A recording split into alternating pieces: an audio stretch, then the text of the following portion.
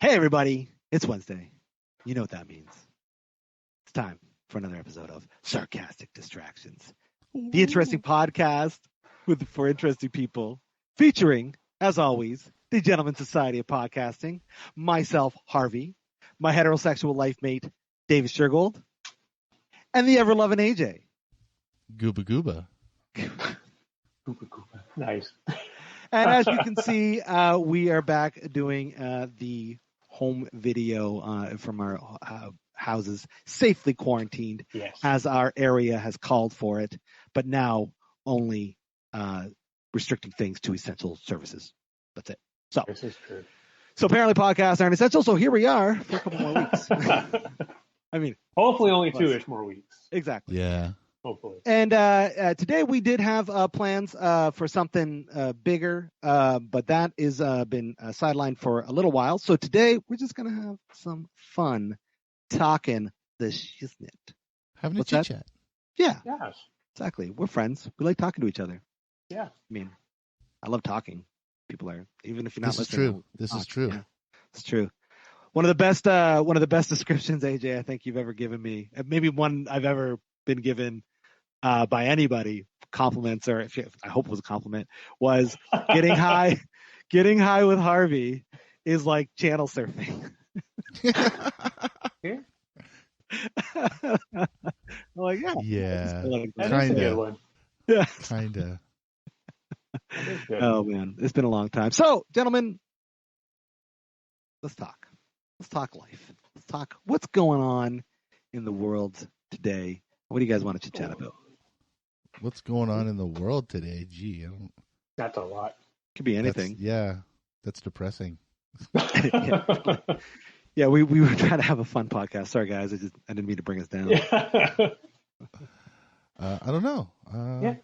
Nothing. Not a whole I lot. love how we were just chatting for 20 minutes. and I now know. it's Get like- back into the homeschooling and Yeah. all that fun. Yeah, you guys fun got to be jazz. excited for that. That's got to be a good time, right? Like that's Yay. have your kids. I have back to admit, home. for me, I think it's fine. It's whatever. You know, hey, you guys will be fine. The way the teachers run it works quite well nowadays. My kid's response, but we want to go to school.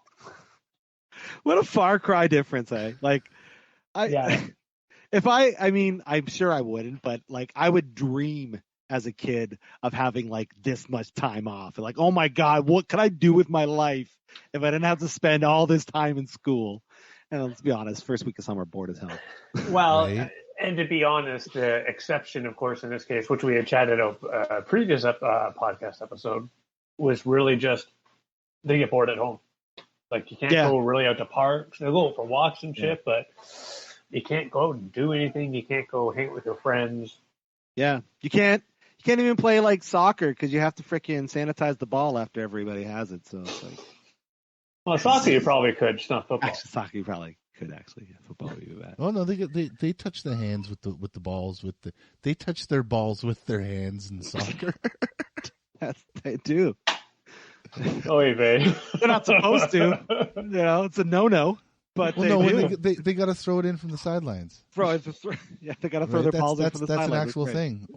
Or That is the goal minder there has to handle the balls too. Goal minder, yes. He gets to, yes. That He is gets to true. That's fondle true. the balls, right? Yes, he does. fondle. He fondles the balls better than everybody else does. And they wear gloves, so it's all good. well, yeah, that's true. They do wear gloves for safety's sake, obviously. Hey, Dave, I got a question. I have Oy a vey. question for you. Okay. All right. I want a little more insight into this wonderful giving of gifts that I've been seeing on the Oh, wait. the Facebook. So give us a little more insight on And what's give happening a there. tiny bit of context too, so people know what Yeah. we're talking about. Well, the context is, and I have to work out the actual days now, but let's call it 20, though I think that's a bit off. Well, it's probably more like 15-ish. Days ago, I received a random gift. It was just sitting outside my door, I think. I was like, oh, this is funny, cute, all right. Next day, I got another one. Then the next day and the next day. And so basically, since that day, I have received a hidden gift somewhere on the property every single day. I don't know who's dropping it off, though I nearly did see a fellow, but I was actually more afraid he was going to slip on the wet grass than anything else. But yeah, so for some reason, I have my suspicion, which I'll share in a moment. I have received a gift from somebody's, I do believe it is multiple people, a present that's been hidden. It's been quite nice. I've got knitting gifts, gardening gifts, random cooking gifts. I got saran wrap yesterday. I don't know why I got that one. Yeah, I don't know why I got that one. Or sorry, it wasn't saran wrap. It was wax paper. But still entertaining. So yeah, I've been getting these random gifts. And no idea why? I have an idea. I have a suspicion. So I think I was about maybe 8 days in. I'm trying to think. Are they maybe giving me gifts coming up to? I have a whole other thing coming up. That's actually tomorrow, where my surgery was done. It'll be 1 year since my surgery as of tomorrow, which is that's why I'm not booking myself for anything tomorrow. Yep. But at any rate, no. So I thought maybe the gifts are for them. Like, but it's a random day to start. These are random gifts. Like, why is somebody doing this? And then it popped in my head. I was like, how many days is it to my birthday? Because I happen to be turning into a special age. On the books, it's 40. And so I worked it out. I was like, shit, I think I'm getting a gift for 40 days ahead of my birthday, basically. Holy shit. Well, that's nice. It is nice. So long story short, I suspect, yes, that's what happened. I'm getting a gift every single day, a secret gift, 1 day prior to my birthday, May 5th. And then from there, I'll get that. That's all the gifts. I've gotten a lot already. Wow. A lot. And your suspicions of who it might be? I believe it is a collection of people. Ah. Yes, I do believe that it is a group of people who are part of my wonderful life, and they make it wonderful, working together to buy, do, drop, all these lovely things. As long as it's not some weird cult or something trying to buy you off, and the final day they're just going to hand you a brochure and say, want to come watch or they'll just hand me a bill. Here's how much you owe for accepting all these gifts. Exactly. What about you, Chris? How's it being a puppy papa? Fucking exhausting. No. It's great. Right. Yeah. No, he's awesome. I love having Jackson. He's a good dog. We have a lot of fun together, and he's doing a lot of good things, and he's learning so fast. It is crazy how big they get. Like, I can't even imagine what it would be a parent watch their kids grow up, because his dog is pretty sure he's 3 sizes bigger than he was 3 weeks ago. But it's been a lot of fun. We're doing a lot of treat training right now, and he only gets really riley, I don't know, a few hours every day. As long as it's not it's trying to calm him down for work, that's a bit of a pain, right? Because he wants to play, right? He wants to hang out. Yeah. I was like, I can't hang out. Come. I want to. Yeah. I mean, trust me, I want to do tug of war. I want to play fetch, but I got to work. These things are gonna write themselves. It's got to be me. And Jackson just doesn't get it yet. He's not at that age. He's not at that age yet. But that's okay. We're getting there. And now we're doing a sleeping thing. So he's finally, last night, he did this before, but I think last night was a turning point where he slept pretty much all the way through the night. So we're finally getting some more rest again, which is it's awesome. So it's been great. It's been awesome. We're maybe talking a second one, but not yet. Not yet. Oh, jeez. Yeah. Wow. Dogs are great. I love, they're fun. They're I want to get a puppy. I know. We're looking. Yeah. We got to get you a puppy, dude. Yeah, well, there's an organization here in town there, ARF. Yeah, yeah. I'm not sure what the acronym stands for, mind you. It's off the top Dog of my head. barking? We'll leave a link. Look it up. So ARF? No, that's woof, man. Come on. No, ARF. In what country do they say ARF? I don't know. I think Germany. I think ARF is bark for German for bark. I was going to say, in Germany, I'm pretty sure chickens also say peep-poo, peep-poo. That's right. But they don't speak English, so they don't know. Well, my big day for just laid back, enjoying the day, and I'm excited for you, dude. A year. What a crazy day a year ago was. Holy yes, shit, it was. Man. Yeah, there was actual devices in my brain. Do you want to chit chat about that right now? I don't. We don't have to go fully into it, but do you want to? Because I don't think anybody knows. Yeah, we could Our probably have a full audience doesn't chit chat know. later, but yeah, essentially it is. I have glioblastoma, which unfortunately is a type of brain cancer.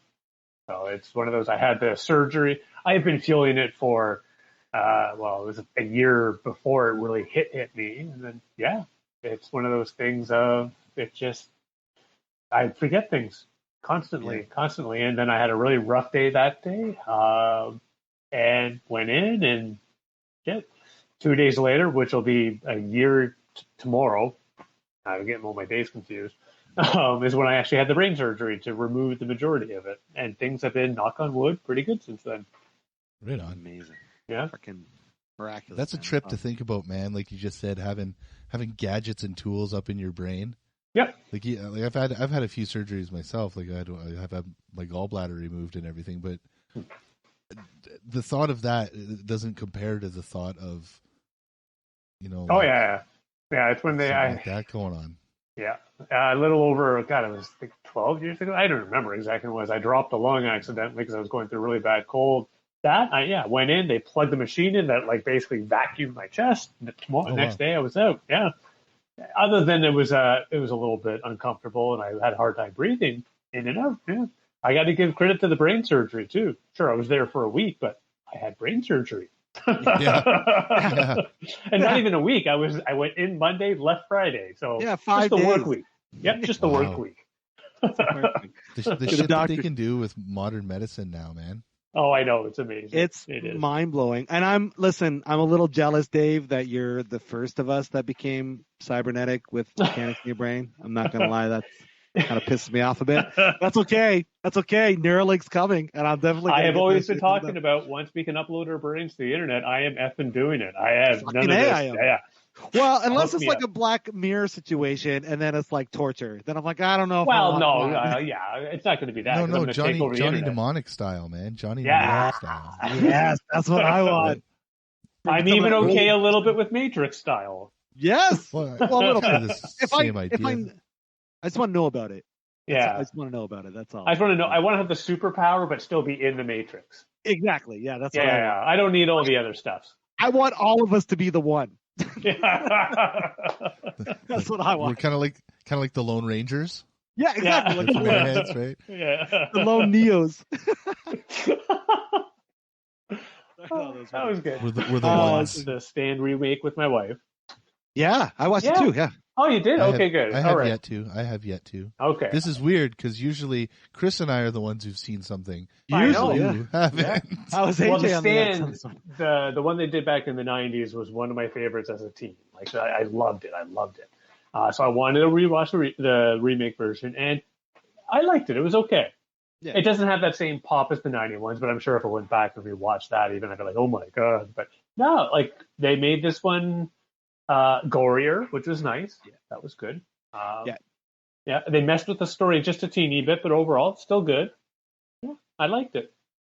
I would agree. I don't want to spoil it, AJ. I don't think you can really spoil it though, because you know the story too. I know the story. Yeah, I've read the book and whatnot. So like Dave said, taking that restriction off, I think the TV restriction off really helped them. Made it way better, like to the point where for the first few episodes, Becca's never seen The Stand. She's never read it or anything like that. So she's like, I don't know if I can watch this. It's too gross. I'm like, oh wow, are you serious? She's like, yeah. Like this, I like. Well, no, you got to sit through it. I go, you got to get through this because there's a purpose here. And sure enough, we broke through, and she very much enjoyed it. Just their depictions of characters and like for me, like I don't remember the last time I saw the 90s one, but like there are moments that happen in this one, and like I fucking started crying when Tom Collins came on screen. Like I literally was like, M-O-O-N, yes. It's right. Moon. Yeah. I was, oh my god, like it was awesome, and everybody was great. I'm such a James Marsden mark, man. That guy's an awesome actor, and everybody was just great. You got to see it. It was good. Yeah, it was good. Yeah, check it out. I'm going to check that out. That's how I felt about the It remakes, regardless of reviews or what people thought. Yeah, I enjoyed it simply because of the lifting that restriction of Mhm. it originally being a made-for-TV movie, so you could only Yeah. go so far. Yeah. Were there things that were just kind of blah about it? Yeah, that were more entertaining in the 90s one for sure. Yeah. But Yeah. I enjoyed the It film. I liked it. Yeah, It for was- some reason, and I don't have any real reasoning, I did like the part 1 better than 2, but still, it was good. Both of them. I felt the Can't same way say- about the originals. I can't say it scared me as much though. I was Oh, much no. more terrified by Tim Curry's Pennywise. Well, the timing also. At least Yeah. I was young when I watched it. Oh yeah, I was afraid to go into the shower for God knows how long because of that one scene where he crawls up out of the school shower drain. Oh, yeah. Oh yeah. No, I was having baths No, for a thank little you. bit after that. Which is funny. Well, I guess he does it to himself. Yeah, that's that. Yeah, That scene, I was yeah. more afraid of the creature coming out of Yeah. out of the drainage. So, Nice. Yeah, that was terrifying back Cool. in the day. Well, guys, I Yeah, think we it just put an hour of conversation together. We just did that. How do you feel about that? Our version of an hour. For 42 minutes, just like 42 an hour minutes. long Yes, show. there you yeah. go. What else we got to say? What AJ? What's on you, buddy? Oh, I was just gonna. Yeah, I've been binge watching the Seth MacFarlane roundup of shows lately. Oh yeah, the Family I just Guy, got- American Dad. Yeah, I just got through American Dad. Now I'm on the Cleveland show. I have to love say that's an underrated show. I agree. I see how like Family Guy kind of felt a little different without Cleveland, but Sure.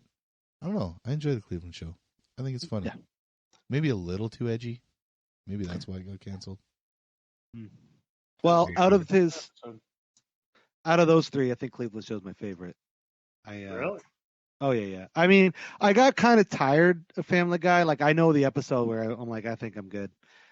It was way back when they did the incest episode with Meg and Chris, where they kiss or something. I like, Oh right, yeah, where they Yeah. go to the Halloween party. Yeah. and it's not like I was grossed out. I just like I just don't follow. I just not for me. Sorry. So And there I haven't been South Park moments that have pushed you to the point of Never. This is just fucking not a weird. single one out of all the shit that South Park has done. I've never I've questioned like how the fuck to get away with this, but I've never been like, no, I'm good, thanks.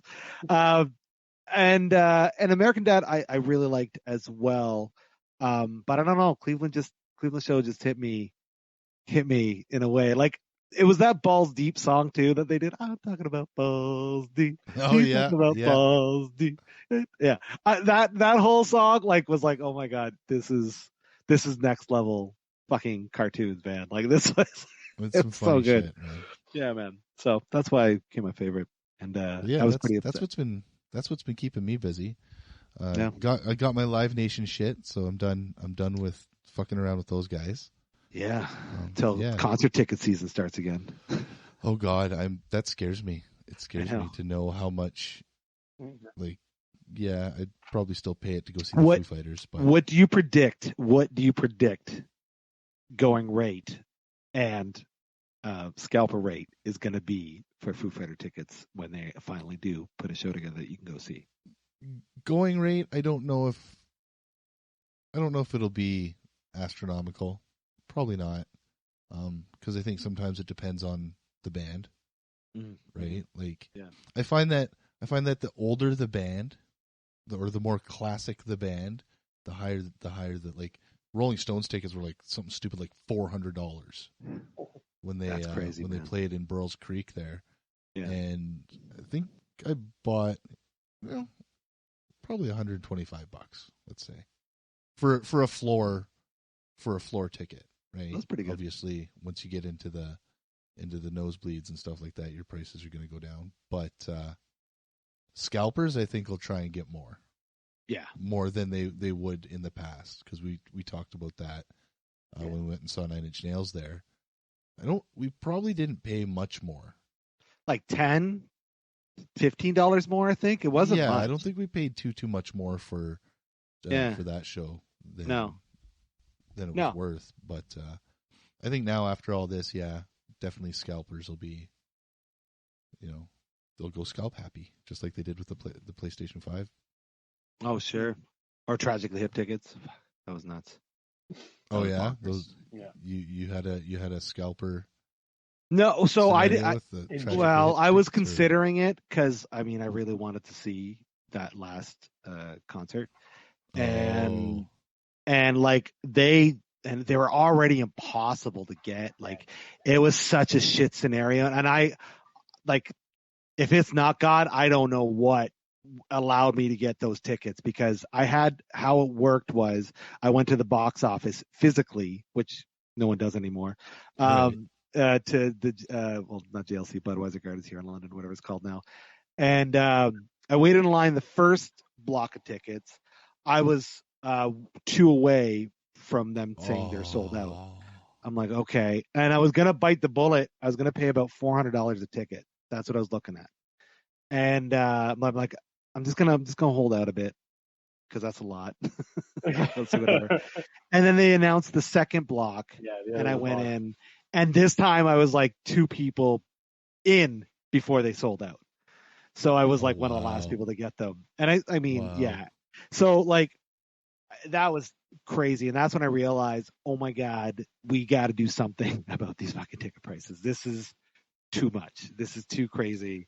And then I learned about the fact that Canada, I think Canada or Ontario, I think it's Canada. There's basically like a law that lets scalpers charge what they charge and stuff that they, or some sort of rule that they put in place, which really? is fucking, yeah. So basically, I'm totally bastardizing it. So if you're listening out there, you want to let me know the truth, by all means, please do. But I guess when scalping was like really bad, whenever that was, however long ago, maybe a decade ago, I guess. I guess Canada implemented something saying that, and they thought it was going to curb scalpers. I don't know why, but you can resell a ticket as long as it's a valid ticket. And in terms of resale value, there's no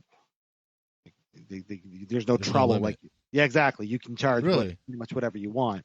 And that's pretty much why I can't speak for the rest of the world, but that's pretty much why Canada sucks balls for concert tickets, is because, well, we've seen the situation. Like even when we went to go see Tool, which was the last big show before we went on our year-end trip in Toronto, floor tickets cost us, I think, 160-ish, 180-ish a piece. And the fucked up part is the StubHubs and the secondary ticket markets and all those guys already had seats for sale through Ticketmaster. So when you're buying your seat, you could be buying a resold seat and not know it. Yeah, you gotta. They show you now though. They actually show you which are resells and which aren't. But yeah, that's. Well, and that is, it's like an Amazon too. thing now, right? It's like an Amazon thing where you can turn around and resell. But it's worse than that, because what that means is the stadiums are making double, sometimes triple the money off one seat. Huh? How is the stadium getting that money? Yeah, because they're in partnership with those. Oh, in your example of the resale. Yeah. Okay. So they're just making a lot of money off those seats. The reason why it's a problem. It's not a problem because the market is obviously handling it if they're able to continually redo it. Well, that's true too, right? Like, obviously, so that's actually I'm more on probably the opposite side of your opinion, where if the market's willing to pay, then the market's willing to pay. Right. I'd rather it handle that as a way. musician, though, you're still only getting X amount of dollars. You're still only getting that initial correct $58 per ticket because of it has to go to Live. This has to go to Live Nation. This has to go to So if there is that resale thing, that's the band, the artist is getting ripped off, essentially, in the end of it. Well, but that's where I'm and again, in my opinion, no, because the artist set their price, and then somebody is actually increasing the value of that price. And again, that's where the artist or the person managing the artist, in my opinion, would go and say, "Well, shit, prices really went up, demand went up. You were full, like completely full. Next time, we're charging $78 because you're getting popular." Yeah, in my opinion, Yeah, that's how the band should roll. Like, the band rolls in and says, "Shit, the last time we had a show, and you see what that freaking secondary sales market was at. This time, True. we're going to charge this amount of money."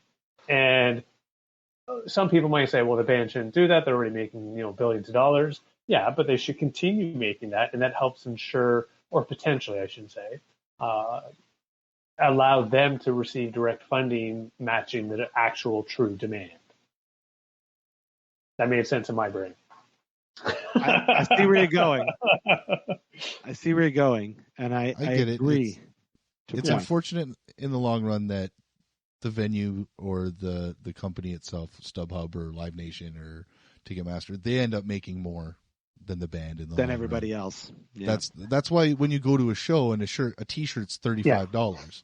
Yes, because that's where the band is making. That's where they're going to cash money back, right? Yeah, and that's where there's the other side of the coin. We have the smaller bands where yes, they're getting the $2 a ticket, but meanwhile Ticketmaster is selling the tickets for the $30 or whatever. Right. Yeah.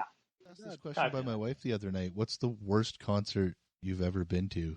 And I had 2 and a set.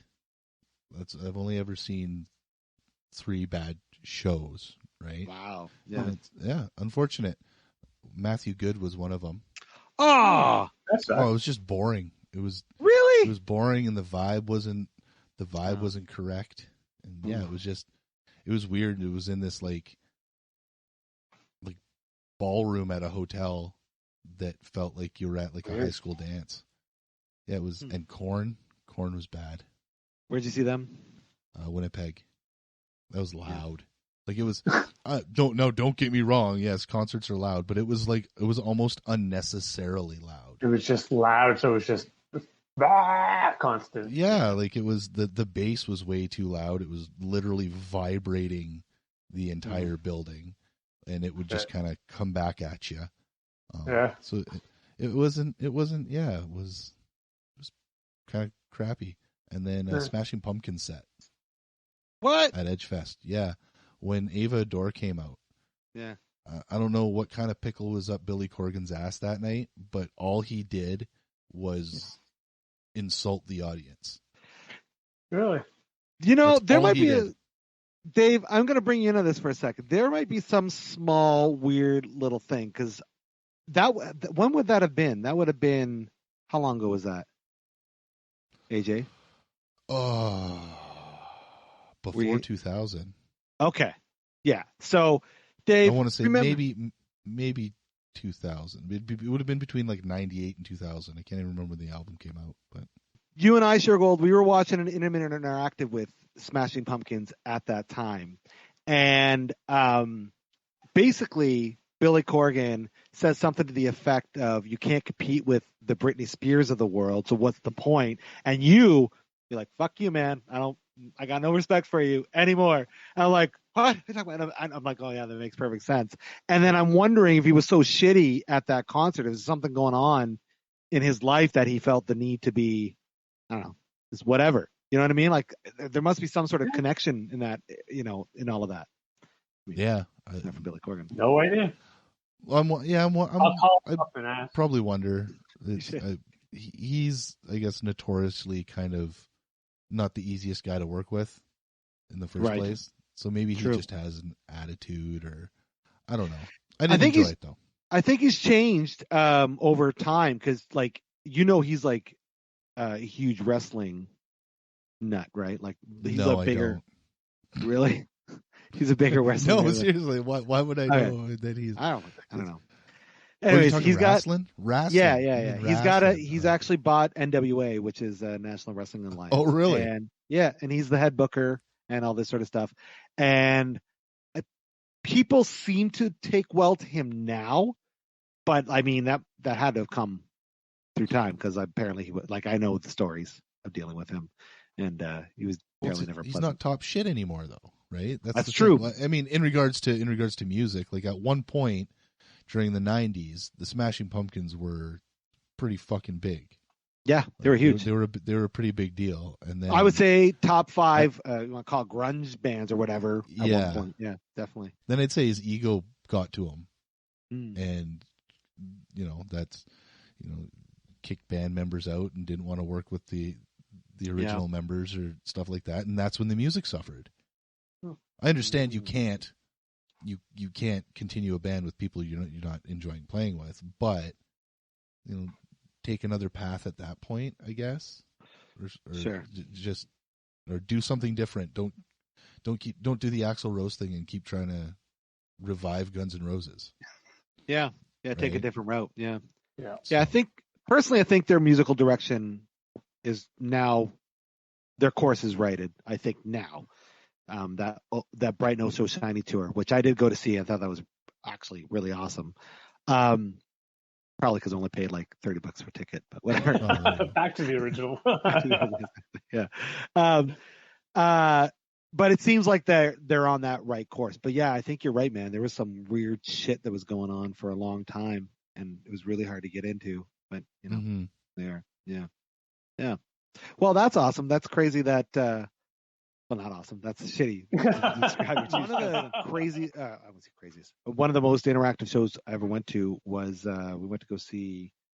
Do you guys know who Foy Vance is? No. I might have told you about him. No. He's an Irish folk singer. He does a lot of really nice music, but he's one of Becca's favorites, and she turned me on to him. So I got his tickets to go see him in Toronto, and he did the Longboat Theater. I don't know if you've been to there or not. It's like basically, check it out. Whatever. It's a cool spot. But basically, there's a piano and a guitar, and he comes out with a bottle of wine. He goes, "I'm gonna let you know something here." He goes, "I know about as much as what's gonna go on in this concert as you do. All I know is I'm gonna play until this bottle of wine is done." And I go from there, like, what? And that's what he did in every song. Like, he would tell stories and he'd talk about little things and little bits and whatnot. And I'm like, this is really cool, man. And then he told a story about it. He goes, it's funny. People will say, like, "Are you going to play this hit tonight?" He goes, "Fuck, I don't know." And he's just like, whatever he wanted. He did like a rendition of Sesame Street, and he did all this other really fun Nice. stuff. And it was just an awesome, fun show. And it's so, like, it was a small stage in basically the middle of this room, and we're all like surrounding it. So it's extremely interactive and very intimate. So, nice. and he signed Becca's CD, which is pretty cool. So yeah, anyways. I'd have to say that was something like that. And I had an experience like that with my dad when I was younger. We went and saw a guy called Harry Manx, and he's kind of I want to call him a world folk singer. Okay, he does a lot of stuff that's inspired by like Indian music, like Indian, not Native American music. But then it's still that kind of folk type song that we would know here in North America.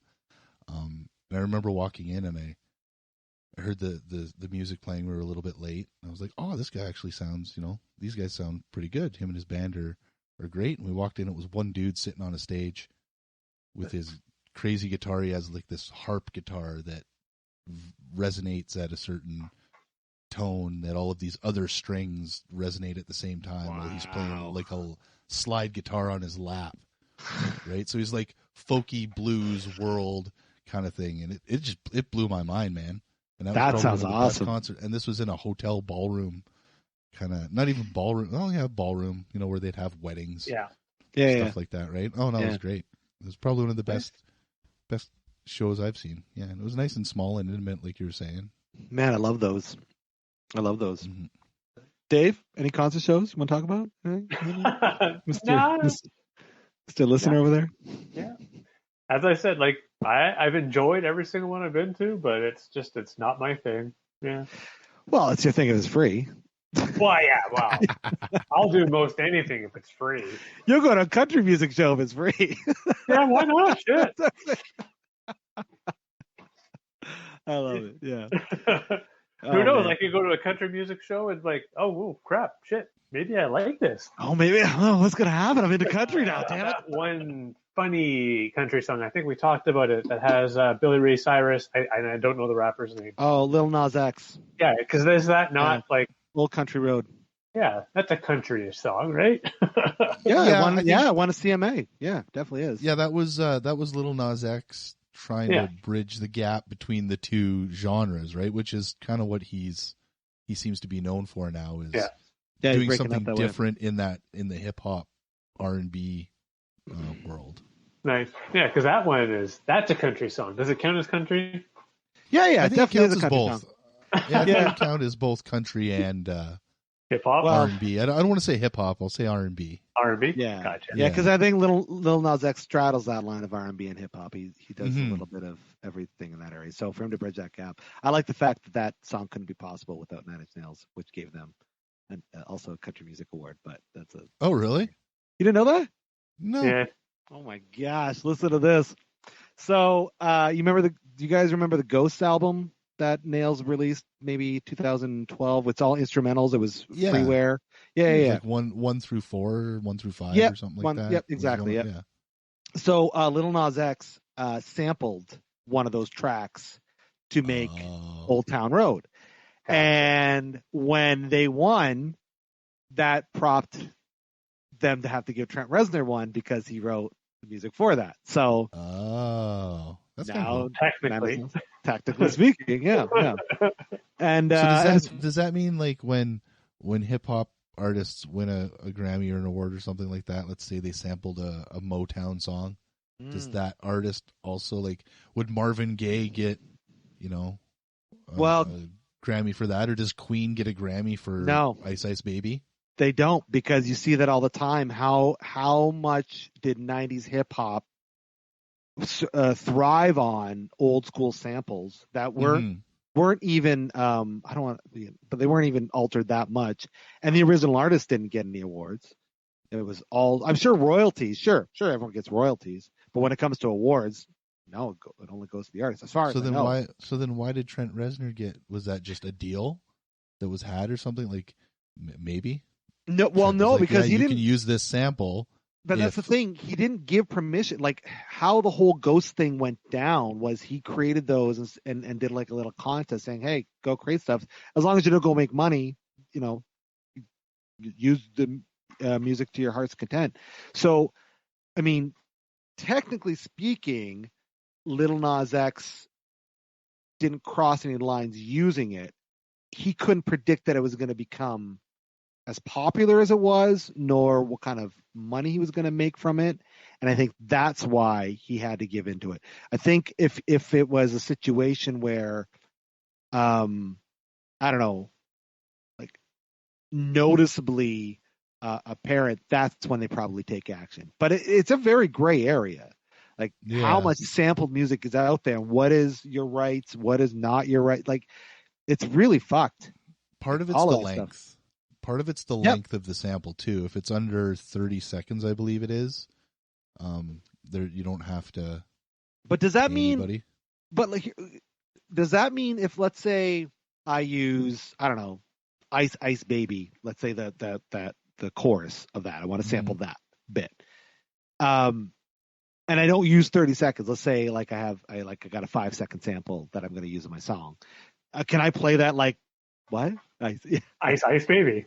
Yeah, exactly. Yeah. Here's your 5 seconds. Yeah. Can I? Are you allowed to like get 30 seconds out of that, or is it like a 30-second clip?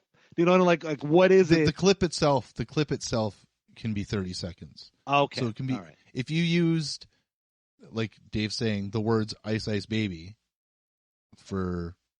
It depends on the copyright and the country. My understanding. Okay.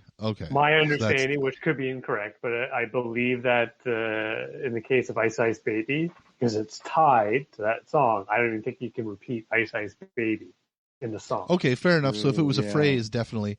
But let's say, let's use the hook, the bass line, which was right. Oh, I have no idea the rule. Which was kind of under pressure, right? But that makes more sense. So let's take the notes like down. One of the reasons Vanilla Ice got away with it for so long is because he did change it. He only used a section of it. Yeah. He didn't use the whole phrase, right? He and I think he might have pitched it down. I think they might have like changed the key of it or something like that. But it went through legal battles. Like it wasn't a cut and dry thing, right? I think because it was so recognizable, I think that's also another part of it. Sure. is how recognizable, how popular, how famous is this Yeah. thing, right? And that's probably why in hip hop they first they credit. I've seen a lot of hip hop liner notes where they will credit whose sample it was and what song it's from. Right. But they also there's more altering going on because of record scratching or things like that, right? Well, and now that who knows? I'm not a copyright law is one of those things that's quite messy. Well, and I could be wrong, but I'm pretty sure that Ghost track for Little Nas X Old Town Road, I think it's a backing track. I don't think it's just a sample. Like I think it's throughout the whole song. Like it might be one of them. Like he might have altered it, but I think it's a layered track. Right. So if that's the case, then then if we're talking, there's a sample. Oh side. yeah, he would have. I think then he would have had to go through some sort of copyright. Like the record label would have dealt with it. Yeah, I know when they would have gone through some sort of copyright thing or. Yeah, well, when they interviewed Trent about it, he basically said, well, that's cool, man. Like, just figure it out. He goes, I don't want to stop this guy from, there's that end of it too. There's that end of it too. Like we could even talk about, oddly enough, Weird Al.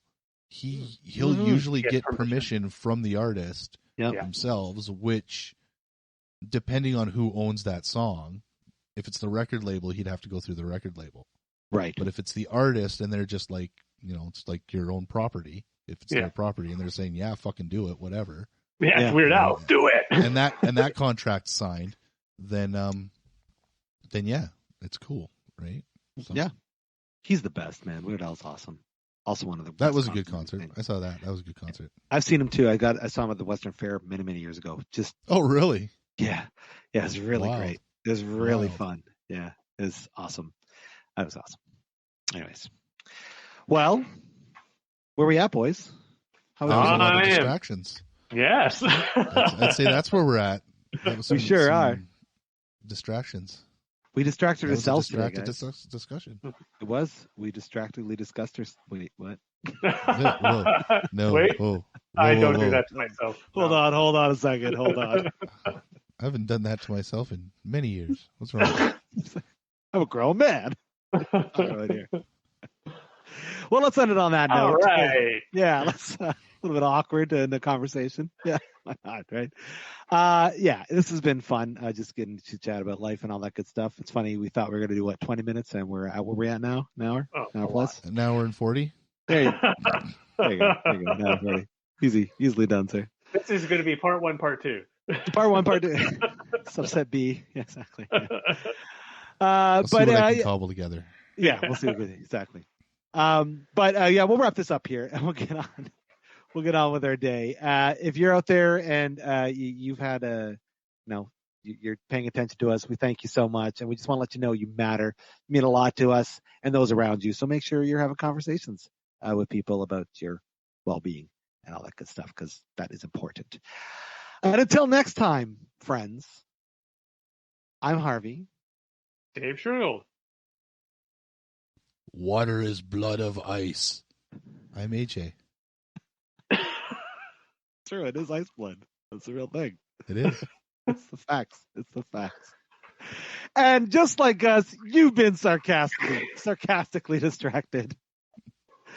We'll see you next Wednesday, and thanks, and have yourselves an awesome day. Take care, all.